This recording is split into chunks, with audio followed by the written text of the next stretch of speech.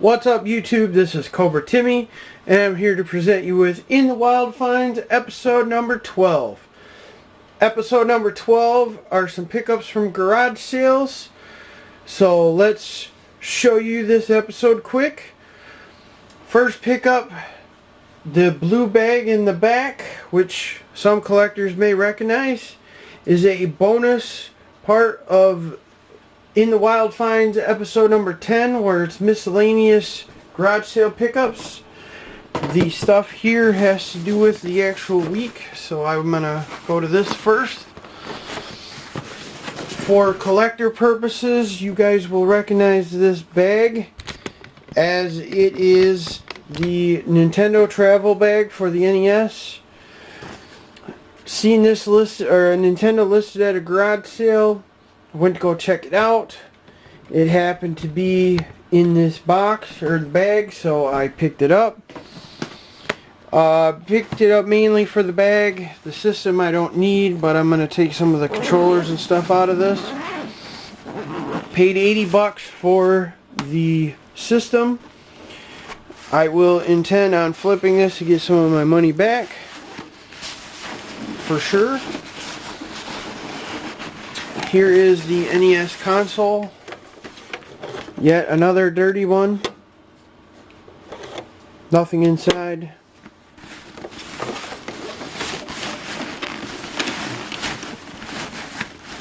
It sits nicely in this thing, which is kind of cool. We have a zapper, the red one.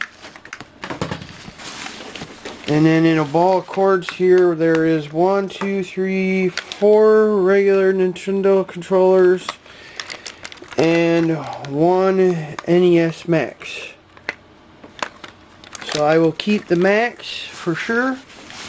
And then the power adapter is here, and then the RF is in here also. I want to dig it out.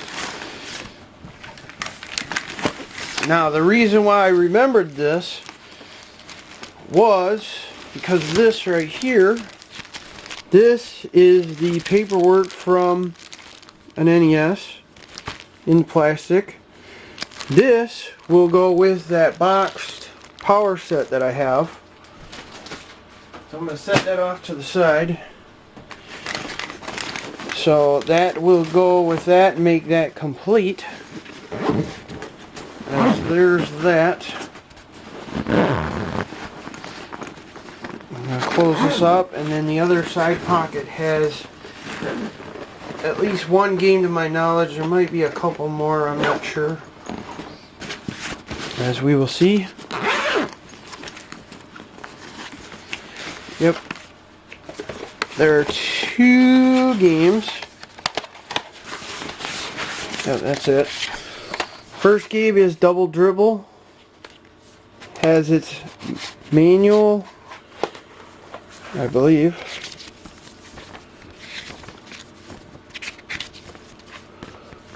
No, this is for Rygar. So I'll have to put this with my copy of Rygar. That was in with Double Dribble. And then it comes with a copy of Mario Brother Duck Hunt. So I'll put that manual off to the side. And then the other pickup from it was a complete in-box DuckTales. Box has seen better days, but to have it complete in box is nice to add to the collection.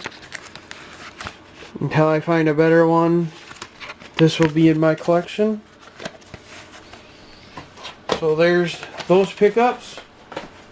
As the bonus footage is over, for now, we will move on to the current video. I have to cut this.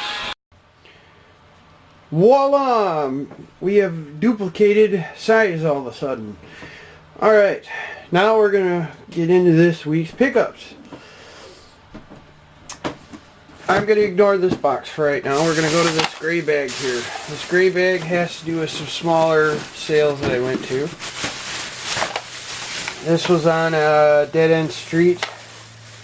Picked up some of this stuff. I think I picked all this up for $5. Got this Mario Brothers Yahtzee. Paid $1 for this. And then I believe I paid $2 for this. It was a component cable for Xbox 360, Wii, and PlayStation. And then the other pickup I got from that sale was a greatest hits version of Elder Scrolls Skyrim for PS3. Did not have that yet for my PlayStation 3, so that'll be added to my PlayStation 3 collection. Next will be this bag here. Pickups from here, as you see, is a Halo 3 original Xbox. Bit dirty, but it's there and it works. I've powered it up. Comes with these cords, which were in this box. I took them out off camera and found out that I was missing pickups. Lady wanted $80 for this lot, and I offered to pay less because some of this was missing. Like, this was the controller that she had for it, and I told her, I said, it's missing the controller, should have a matching one. So she took $60 for it, so I got the Halo Xbox for $60. Then I picked up a couple games from her at the same sale. Paid $2 for Sudoku Mania for DS. Should be complete. Yes, complete.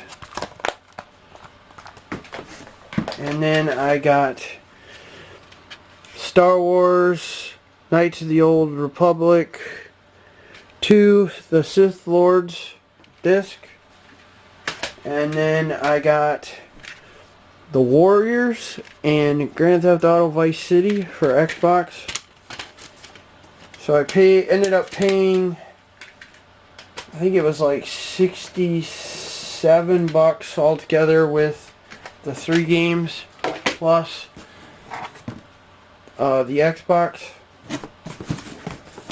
Then I went to a buddy's sale that he had that I knew from the flea market reseller or flea market seller. Picked up this Sega Genesis controller from him. I didn't have this style, so I paid $2 for it. Then the last pickup I got has to do with the rest of this box and the Sega Game Gear bag. This is not the Sega Game Gear bag that I bought previously. This one was from this guy's sale. He had video games for sale. He had a Super Nintendo for sale. He wanted, I believe it was $120, maybe $125. I paid it for it because I wanted a couple of the games out of it. In the side here I stuck a Super Nintendo controller and Super Pad controller. He threw in the bag here because he was going to throw it in the garbage because I seen it and I asked him what he wanted for it, and he said if you want it you can have it. So I got another Game Gear bag, but again this one doesn't have the insides. This bag though holds the Super Nintendo from the lot.